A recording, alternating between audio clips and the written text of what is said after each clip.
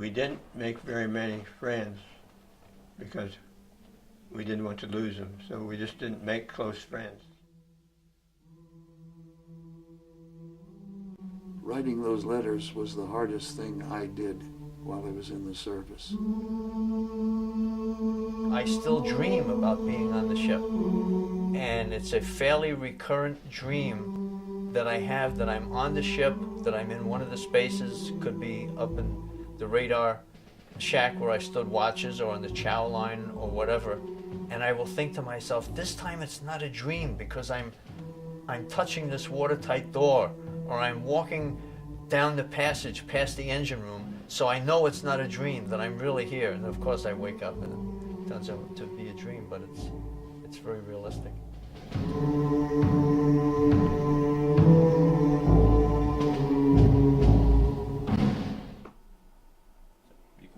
My name is Thomas. I always was Thomas in school, but Tom McConnell, and I'll be 90 on May 9th, which is coming up. And I was at Indiana University, third year completed, when I volunteered to be in the aviation cadet program that they had in the United States Army Air Force. And so at the end of the third year, I actually went to active duty. My name is Lou McKinney. I was in World War II. It was a curious series of coincidences. The war in Europe started the week that I reported to go start college in the fall of 1939. Well, my name is Gary Dykeman. I just turned 64. I joined the Navy, the United States Navy, in 1968. I served 4 years on active duty and 2 years in the active reserve.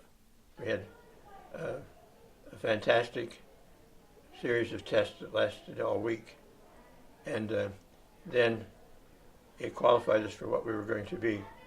We were going to be a pilot, a navigator, or bombardier. And I wanted to be a bombardier.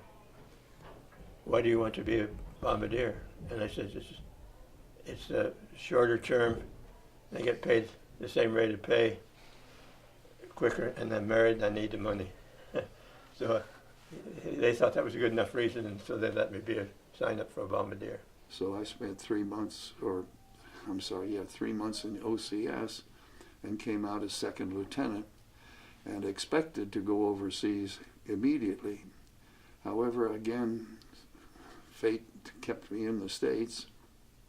I was assigned to teach at the Officer Candidate School. So for the first year that I was a commissioned officer, I saw no combat, but I was teaching people how to handle and teach the automatic rifle, bayonet, and grenade. Knowing that I wouldn't be going overseas for a period of time, I persuaded my girlfriend that we ought to get married now. And so for 9 months, I spent at Fort Benning teaching in Officer Candidate School, and my wife lived in town in the house that we rented, and I commuted as if I was a teacher in a college. But as soon as that was over for me, I was sent overseas and went to Japan. Actually, not directly, but I went to the Philippines and joined a regular Army outfit as a lieutenant in the infantry. I like the Navy. I joined the Navy because I wanted to. The draft was in effect at that time, but even if there wasn't, I would have gone into the Navy. An interesting anecdote is I actually served with the Army for 3 months. I was sent to a school for printing equipment repair, which was an Army school at Fort Belvoir, Virginia. And at the time, I was wearing wire-rimmed glasses, which in those days were called granny glasses. It was kind of the symbol, one of the symbols of being a hippie. Even though I wasn't a hippie, but one of the so-called symbols of being a hippie was these granny glasses, wire-rim glasses. And the Army they absolutely didn't like the fact that I had these wire-rim glasses, and it used to irk them no end that the sailor was wearing wire-rim glasses. And in fact, after one inspection, the lieutenant told me that I had to go down to the base optical shop and get a set of standard military issue glasses, because I was no longer permitted to wear these wire-rim glasses while on duty. So I thought that was pretty amusing, that the Army had nothing better to do than, you know, bust your chops over what kind of glasses you wore. But it was, you know, this whole hippie thing with the military was going on at the time. When they pulled it back for a place called Blackhammer, we all said, "Oh no," you know, the whole 120 guys at the end. That all at the same time, big moan. And so we flew to that designation. We followed the pattern. And I mentioned Blackhammer because that was one of the places that never got any publicity. But it was the kind of things that I feel like I need to put in here for you, because it was built, the Germans had it built by the oil refinery. They had it built by prisoners that they'd taken in North Africa, and they were all British prisoners. And they built it, either helped build or no work, no eat is what it amounted to. But they didn't feed them very well, and finally they were not strong enough to do the job, and they marched them off. And if they couldn't make it, and they were going to fall by the wayside, many of them were shot. My company, being the first to cross the river at the city, was assigned the separate task of holding an intersection on the far side of the city to prevent any attack by anyone using the two roads that come into Davao.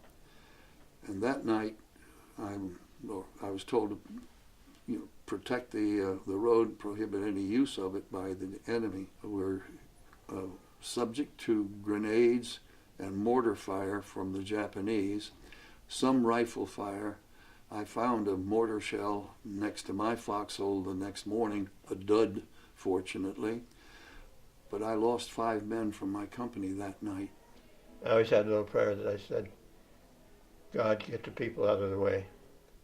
Now, most of the times, the people knew we were coming because they had quite an alarm system on the ground. So they knew we were coming. But I'm sure they didn't all get out of the way.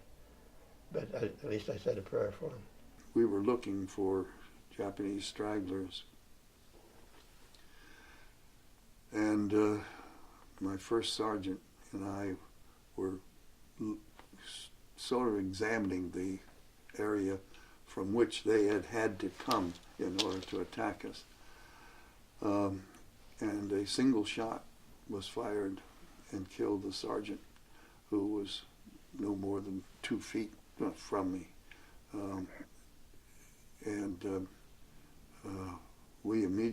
I immediately ducked and got the corpsman up there, but it had killed him.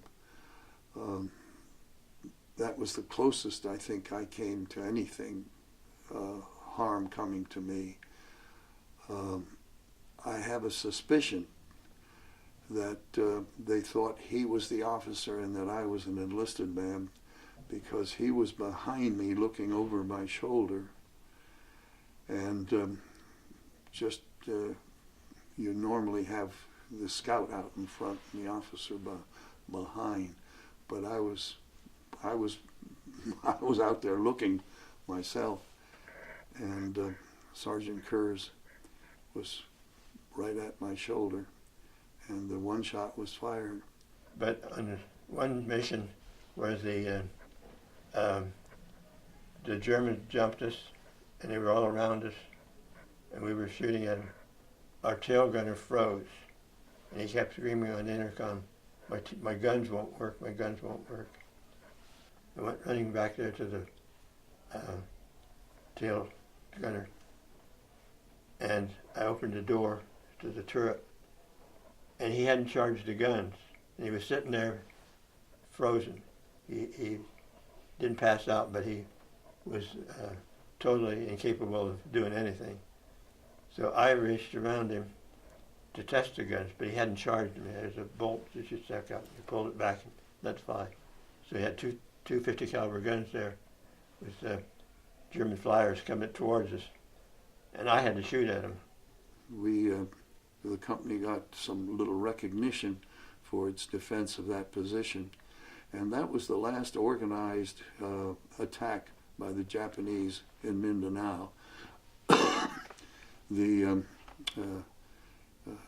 most difficult thing for me was the next day or two, I was reminded that the company commander's obligation was to send a letter of condolence which would supplement the official Army letter to the wife or parents of the 5 men that I lost. Writing those letters was the hardest thing I did while I was in the service.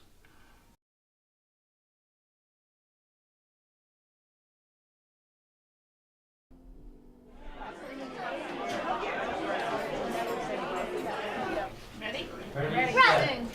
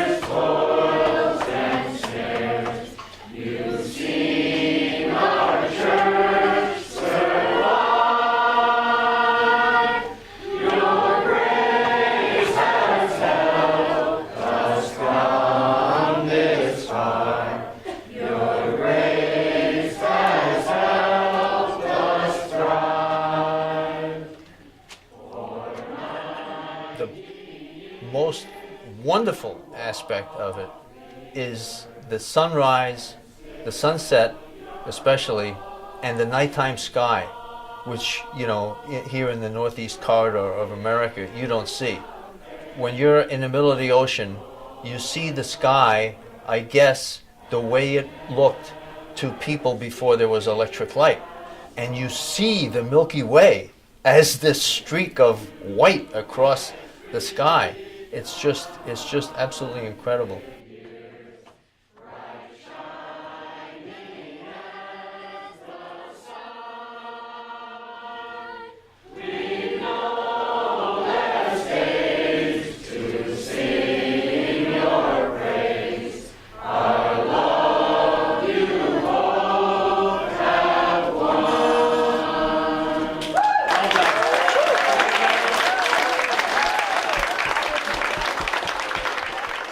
I think that's about it. Is there anything else you'd like to talk about?